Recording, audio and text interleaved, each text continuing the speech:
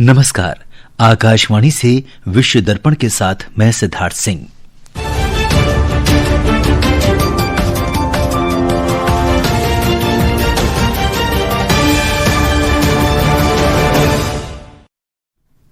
भारत ने कहा, पाकिस्तान ने लगातार शत्रुता और सीमा पार आतंकवाद से सिंधु जल संधि की भावना को कमजोर किया है।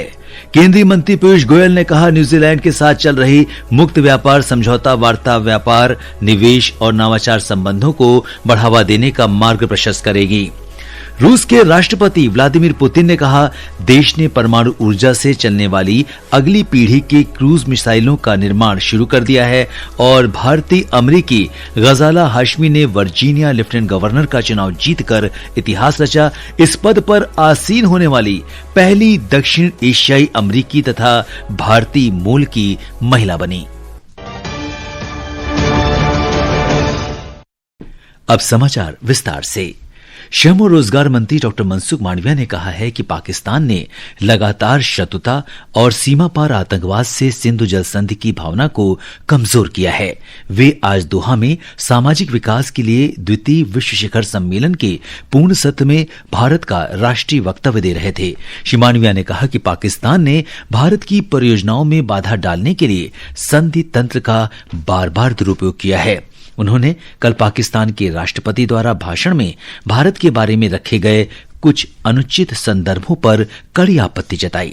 श्री मांडविया ने इसे भारत के खिलाफ दुष्प्रचार फैलाकर दुनिया का ध्यान सामाजिक विकास पर केंद्रित करने से हटाने के लिए एक अंतर्राष्ट्रीय मंच का दुरुपयोग बताया। उन्होंने कहा कि पाकिस्तान को भारत के आंतरिक मामलों पर बोलने का कोई अधिकार नहीं है। वाणिज्य और उद्योग मंत्री पीयूष गोयल ने भारत न्यूजीलैंड व्यापार फोरम में आज न्यूजीलैंड के व्यापार और निवेश मंत्री टॉड मैकलिस से ऑकलैंड में मुलाकात की। इस दौरान श्री गोयल ने दोनों देशों के बीच समुद्री, हवाई, शिक्षा, खेल, रक्षा और पर्यटन के क्षेत्र में आपसी साझेदारी को बढ़ाने पर चर्चा की। श्री गोयल ने न्यूजीलैंड के प्रधानमंत्री क्रिस्टोफर लक्सन और श्री मेकले के साथ भारतीय समुदाय को संबोधित किया। उन्होंने कहा कि भारत को निवेश का एक आकर्षक गंतव्य बनाने के सभी प्रयास किए जा रहे हैं। भारत और न्यूजीलैंड के बीच मुक्त व्यापार समझौता न केवल व्यापार और निवेश को बढ़ाएगा बल्कि दोनों देशों के बीच आर्थिक संबंधों को मजबूत करेगा। ये समझौता नागरिकों के लिए रोजगार और व्यापार के नए अवसर भी सृजित करेगा। भारत ने छत्तीसगढ़ से पापुआ न्यू गिनी को 20 मीट्रिक टन फोर्टिफाइड यानी पोषक तत्वों से भरपूर चावल का निर्यात किया है। वाणिज्य और उद्योग मंत्रालय ने बताया कि फोर्टिफाइड चावल के निर्यात को कृषि और प्रसंस्कृत खाद्य उत्पाद निर्यात विकास प्राधिकरण एपीडा द्वारा सुगम बनाया गया है। एपीडा के अध्यक्ष अभिषेक देव ने इस उपलब्धि को हासिल करने में शामिल सभी हितधारकों की सराहना की। 6G के अनुसंधान विकास तंत्र को मजबूत करने के लिए देश भर में 100 5G प्रयोगशालाएं स्थापित की गई हैं। दूरसंचार सचिव और डिजिटल संचार आयोग के अध्यक्ष डॉक्टर नीरज मित्तल ने आज नई दिल्ली में बताया कि दूरसंचार अर्थव्यवस्था को आगे बढ़ाने का प्रमुख माध्यम बन गया है और विभिन्न क्षेत्रों में प्रौद्योगिकी के विकास में सहयोग करता है। एक रिपोर्ट।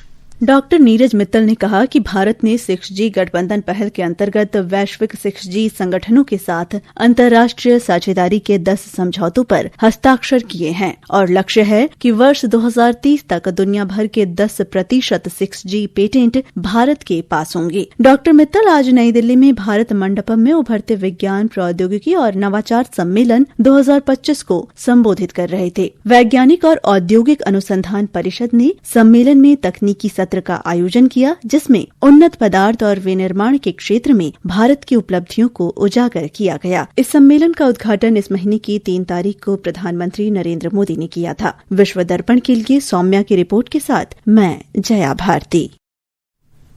भारत और पुर्तगाल ने लिस्बन में भारत पुर्तगाल विदेश कार्यालय परामर्श में व्यापार और आर्थिक सहयोग, सांस्कृतिक संबंधों और लोगों के बीच आपसी संपर्क सहित द्विपक्षीय संबंधों की समीक्षा की। विदेश मंत्रालय ने कहा कि पिछले सोमवार को हुई चर्चाओं में रक्षा और सुरक्षा, नवीकरणीय ऊर्जा, कृषि विज्ञान और प्रौद्योगिकी, पर्यटन तथा शिक्षा के क्षेत्रों पर भी चर्चा हुई। दोनों पक्षों ने भारत यूरोपीय संघ संबंधों पर चर्चा करते हुए साझा हित के क्षेत्रीय और वैश्विक मुद्दों पर विचार विमर्श किया। विश्व दर्पण समाचार आकाशवाणी से प्रसारित किए जा रहे हैं। ताजा समाचार जानने के लिए आप हमारे social media handle x@AIR news Hindi को फॉलो कर सकते हैं। विश्व दर्पण में आपका फिर स्वागत है। भारतीय मूल की अमेरिकी नागरिक गजाला हाशमी ने वर्जीनिया की लेफ्टिनेंट गवर्नर बनकर इतिहास रचा है। वे इस पद पर चुनी जाने वाली पहली भारतीय मूल की पहली महिला बन गई हैं। 61 वर्षीय डेमोक्रेट पार्टी की गजाला ने रिपब्लिकन पार्टी की जॉन रीड को हराया। 1964 में जन्मी सुश्री हाशमी ने अपने जीवन के शुरुआती वर्ष हैदराबाद में मलकपेट में बिताए। वो 4 वर्ष की आयु में अमेरिका चली गईं, जहां उनके पिता जॉर्जिया के एक विश्वविद्यालय में शिक्षक थे। वहीं डेमोक्रेटिक उम्मीदवार जोहरान ममदानी ने न्यूयॉर्क शहर के मेयर का चुनाव जीत लिया है।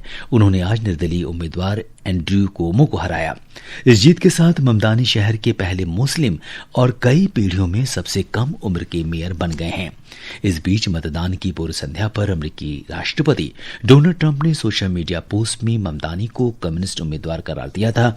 उन्होंने चेतावनी दी थी कि ममदानी के जीतने पर न्यूयॉर्क शहर के लिए संघीय धन कम किया जा सकता है। इस बीच अमेरिकी उद्यमी और राजनेता विवेक रामास्वामी ने आज न्यू जर्सी, वर्जीनिया और न्यूयॉर्क शहर में डेमोक्रेटिक पार्टी की व्यापक जीत के बाद रिपब्लिकन पार्टी को कड़ी चेतावनी दी। रूस के राष्ट्रपति व्लादिमीर पुतिन ने कहा है कि रूस ने परमाणु ऊर्जा से चलने वाली अगली पीढ़ी की क्रूज मिसाइलों का निर्माण शुरू कर दिया है।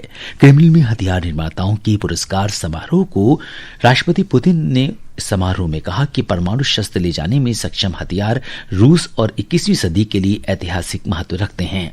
राष्ट्रपति व्लादिमीर पुतिन ने कहा है कि इन क्रूज मिसाइलों की गति ध्वनि की गति से भी 3 गुना अधिक होगी और भविष्य में ये हाइपरसोनिक भी हो जाएंगी। राष्ट्रपति पुतिन ने बताया कि एवेंगार्ड सामरिक मिसाइल प्रणाली और ओरिशनिक मध्यम दूरी की मिसाइल प्रणाली को हथियारों में शामिल कर लिया गया है। उन्होंने कहा कि अंतर महाद्वीपीय बैलिस्टिक मिसाइलों और पनडुब्बी मिसाइलों को भी उन्नत हथियारों से लैस किया गया है। राष्ट्रपति पुतिन ने परमाणु ऊर्जा से चलने वाली बुरेवेस्तनिक मिसाइल और पोसीडन मानव रहित अंडरवाटर वाहन के निर्माताओं को राजकीय पुरस्कार प्रदान किए। इस बीच अमेरिका के राष्ट्रपति डोनाल्ड ट्रंप ने देश की रक्षा विभाग पेंटागन को परमाणु हथियारों का परीक्षण फिर से शुरू करने का आदेश दे दिया है। विश्व दर्पण के लिए समाचार कक्ष से मैं आकर्षिता सिंह। सिख धर्म के संस्थापक श्री गुरु नानक देव जी का 556वां प्रकाश पर्व आज धार्मिक उत्साह के साथ मनाया जा रहा है। नेपाल में भी गुरु नानक जयंती मनाई। हे तारणहार नानक पूर्ण अवतार नानक। नेपाल में भी गुरु नानक जयंती मनाई जा रही है। इस अवसर पर ललितपुर स्थित गुरुद्वारे को सजाया गया है। हजारों श्रद्धालुओं ने आज गुरुद्वारे में माथा टेका। कार्तिक पूर्णिमा के अवसर पर आज नेपाल के पाटन दरबार चौक पर 10 दिवसीय सांस्कृतिक उत्सव कार्तिक नाच का समापन हुआ। 3 शताब्दियों से भी अधिक समय से प्रतिवर्ष आयोजित किए जाने वाले इस प्रदर्शन को देखने के लिए श्रद्धालुओं, स्थानीय लोगों और पर्यटकों की भारी भीड़ उमड़ी। कार्तिक नाच स्थानीय कलाकारों द्वारा प्रस्तुत किया जाता है, जिन्हें ये कला पीढ़ियों से विरासत में मिली है। एयर इंडिया का राहत विमान दिल्ली आने वाली उड़ान EI-174 के यात्रियों और चालक दल को सुरक्षित वापस ले आया है, जो मंगोलिया के उलान बटोर में फंस गए थे। इस उड़ान का एहतियात के तौर पर मार्ग बदल दिया गया था। राहत विमान आज सुबह नई दिल्ली पहुंचा। रविवार को अमेरिका के सैन फ्रांसिस्को से उड़ान भरने वाली उड़ान EI-174 को संदिग्ध तकनीकी समस्या के कारण एहतियाती लैंडिंग के लिए उलान बटोर की ओर मोड़ दी गई थी। अंत में मुख्य समाचार एक बार फिर। भारत ने कहा, पाकिस्तान ने लगातार शत्रुता और सीमा पार आतंकवाद से सिंधु जल संधि की भावना को कमजोर किया है। केंद्रीय मंत्री पीयूष गोयल ने कहा, न्यूजीलैंड के साथ चल रही मुक्त व्यापार समझौता वार्ता व्यापार, निवेश और नवाचार संबंधों को बढ़ावा देने का मार्ग प्रशस्त करेगी। रूस के राष्ट्रपति व्लादिमीर पुतिन ने कहा, देश ने परमाणु ऊर्जा से चलने वाली अगली पीढ़ी की क्रूज मिसाइलों का निर्माण शुरू कर दिया है और भारतीय अमेरिकी गजाला हाशमी ने वर्जीनिया लेफ्टिनेंट गवर्नर का चुनाव जीतकर इतिहास रचा। इस पद पर आसीन होने वाली पहली दक्षिण एशियाई अमेरिकी तथा भारतीय मूल की महिला बनी। इसके साथ ही विश्व दर्पण का ये अंक समाप्त हुआ। नमस्कार।